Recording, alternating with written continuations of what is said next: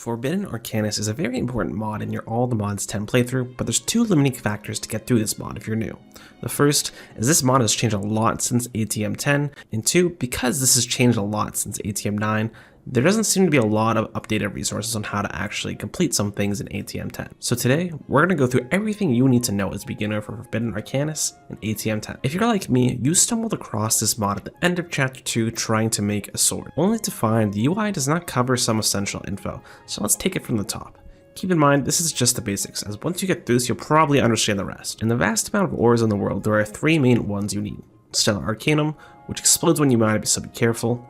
Arcane Crystal, and Runic Stone. You'll need quite a bit of these to get started, so be sure to keep an eye out. You'll also find a vast amount of this dark stone while mining, so be sure to collect that, as that is the main crafting component when creating your forge. Before you can actually start building the forge, you need to create three more resources.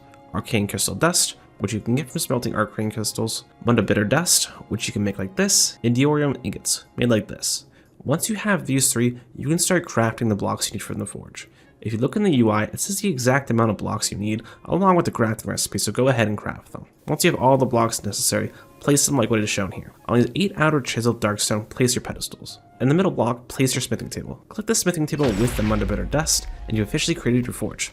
But sadly, we aren't done yet. There are 5 tiers to the forge, and tier 5 is what you'll need in the long run. If your goal is just to create the items in chapter 2, you don't need to go to tier 5, but these next steps still apply. If you click into your forge, there are 4 different resources you need. Auril, Souls, Blood, and Experience. Auril you can get from our arcane crystals by crafting Auril bottles to get a lot quickly, or if you don't mind it slowly over time, you can craft Arcane Crystal Obelisk. I think that's how you say it. Souls you can find flying around the world, but to get a lot, you can use the Soul Extractor on Soul Sand to get souls as well. Blood you can get from creating test tubes and holding it in your offhand while killing mobs, or you can just kill mobs near the forge and the blood will automatically go into it. Note that mobs dying from fall damage will not give the blood in the forge. And finally, Experience from Expetrified Orbs, the most challenging of the 4. Let's dive into these 4 resources further. With Auril, you can make bottles like this, but it would be best to craft Arcane Crystal Obelisk. You can create it by placing down a piece of polished darkstone and 2 Arcane Crystal blocks on top. Then, hit it with a Munda Bitter Dust.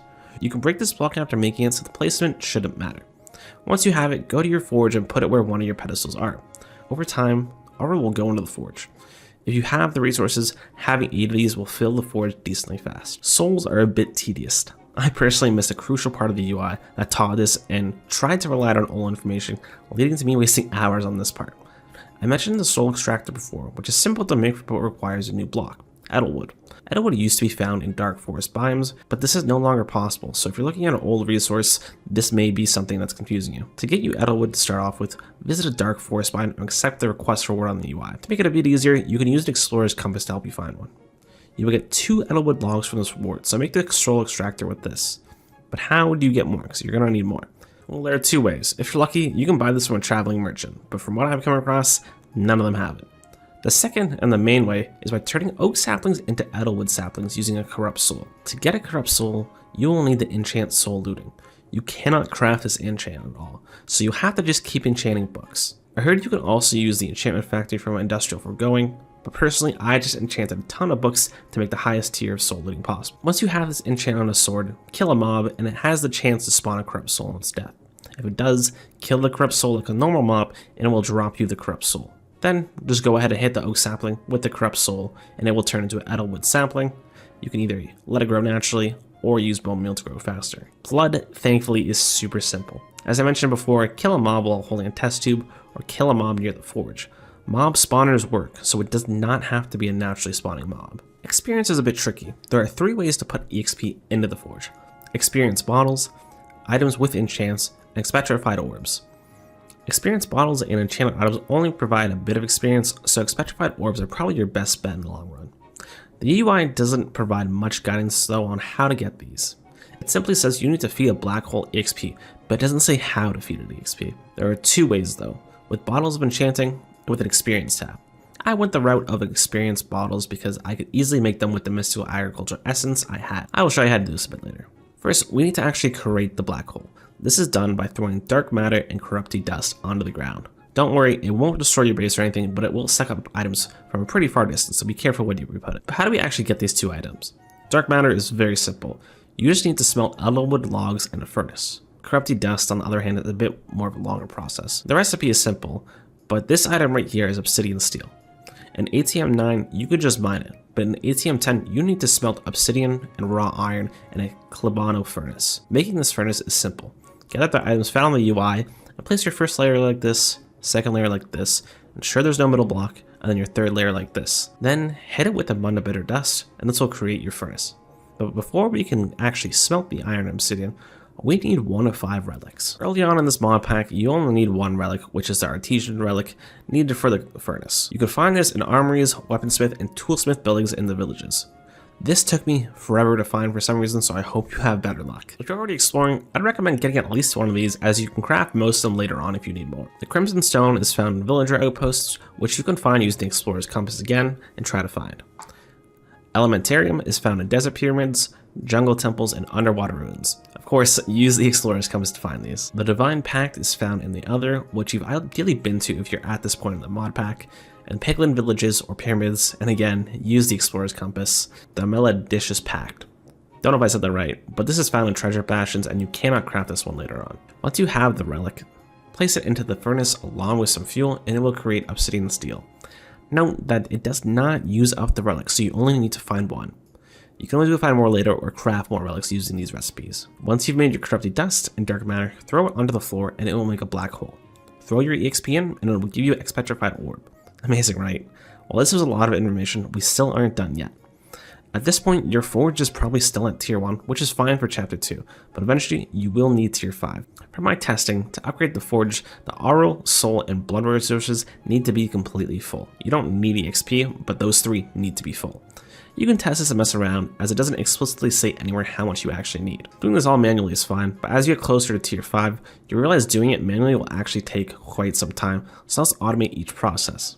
For aural, you've already made these blocks, so all you need to do is let it sit where the pedestals are, and you will continuously fill the aural slot. For souls, it may seem confusing looking at this, but it's actually very simple. If you're at the end of chapter 2, you've most likely played through Industrial Foregoing a bit and are aware of the block placer and the block breaker. Based on their names, we can use this to place soul sand and break soulless soul sand after we extract the soul. Just place the placer and breaker like this, connect it to a power source, put soul sand in the placer, and hold right click where the soul sand will be. And that's it. You've got a semi-automatic soul farm. But to take it a step further, we can use the advanced clicker and the item collector from the mod Just Dire Things. We won't go through the Just Dire Things mod, as the creator has an amazing tutorial already, which I will link down below. But it's super simple. Place the advanced clicker behind where the soul sand will be. Click the advanced clicker and click the render area. This will show which area is actually being affected by the clicking. You want the red block to be where the soul sand will be. You can change this by messing around with the offset row here. You can also increase the radius of where it's being clicked by messing around with the radius, but for now, we only need to click 1 block, so don't worry about that. Once the red block is in the correct position, set the targets to block, the click to hold click. I set the clicks to about 50 by left clicking, but I don't think this matters too much. Finally, put your soul extractor in here. Note that your soul extractor does have a durability and can break, and if you have the resources, I would recommend creating an Eternal Stella, which is an item you can apply to anything to make it unbreakable. Once you've done that, then put it in your clicker. Before adding soul sand to the placer, put down a chest next to the clicker and put an item collector on top. Light the clicker and ensure you set it so that when the render area is on, where the souls will drop is red. Place your soul sand in the placer, give it power, and your soul sand will continuously be harvested and picked up. You have infinite souls. If you need a lot or you just want a lot of souls, you can also connect a formulaic assemblicator to your placer to craft soul sand, but I don't believe you'd need that much to warrant it. For blood, we'll also be using the advanced clicker and the item collector. First, find some mob spawners and silk touch them. I used about 9. Make a little tower for your mobs to spawn in and drop into water to push them underneath your forge. Place the advanced clicker near where it will stop, which is ideally under the forge, and ensure the offset is right to where they'll stand. For the radius, max this out in all directions. Set the click to left click and the text to 1 by right click. You want to put an unbreakable sword in here. Ideally, I missed to an agriculture one so you don't waste resources, that has soul looting and sharpness on it. The reason for soul looting is that this way you can also get blood for the forge and corrupt souls at the exact same time. For the item collector, place it in a chest next to the clicker again. Ensure the offset is under the forge and also then max out the radius. The reason for the radius on the clicker and the collector being maxed out is because the corrupt souls, sometimes they fly away too fast, so by maxing out it ensures they're killed still. Once this is all set up, place your spawners or turn them on, and your forge will automatically fill with blood. There are enhancements you can make to your spawners, like using wool to muffle the mobs and gas tiers to increase how many spawn, but for how much blood you need, this may not be warranted. But if you are interested in this, I've linked a mob farm tutorial in the description that covers these enhancements. Finally, for experience, we mentioned before, you can get petrified orbs by throwing bottles of enchanting into the black hole. Automating is just simply automatically throwing bottles into it. What I did was I made a little box around my black hole, and on any of the walls I placed a dispenser. This dispenser will throw the experience bottles into the black hole, and the black hole will spit out the orb. To collect the orbs, use an item collector and a chest again. The reason for the box is because it spits the orbs out randomly, so having a roof and walls ensures it's collected properly. Assuming you've done mystical agriculture, you have experience essence. You can use the formulaic assemblers to create experience bottles by smelting sand into glass, making glass into bottles, and then combining bottles with experience droplets, which are made from 8 experience essence, into 1 bottle of enchanting. Then just pipe it directly into the dispenser and ping the dispenser with a redstone signal constantly, and perfectly you have automated every single resource needed to fuel the forge. Once your forge is full of each resource, except experience because you do not need this, you can upgrade your forge from tier 1 to tier 2, tier 2 to tier 3, tier 3 to tier 4, and tier 4 to tier 5, using these items here. The order of which you place these items on the pedestals don't exactly matter, I think, because the forge doesn't know which way is which, but try to follow the placements as best as possible. I believe that is everything you need to know as a beginner for Forbidden Arcanus. I've only gone to this point as well, so I'm not an expert, but if you have questions, leave them down below and I can try to answer them. I hope this helped you in your Forbidden Arcanus journey, because I know a lot of this information I could not find, and it took me a while to figure it out, several hours I would say, so I hope to help. You can always join the ATM10 Discord and ask there as well. A lot of people are there, very helpful, and that's where I got majority of my information. Take care.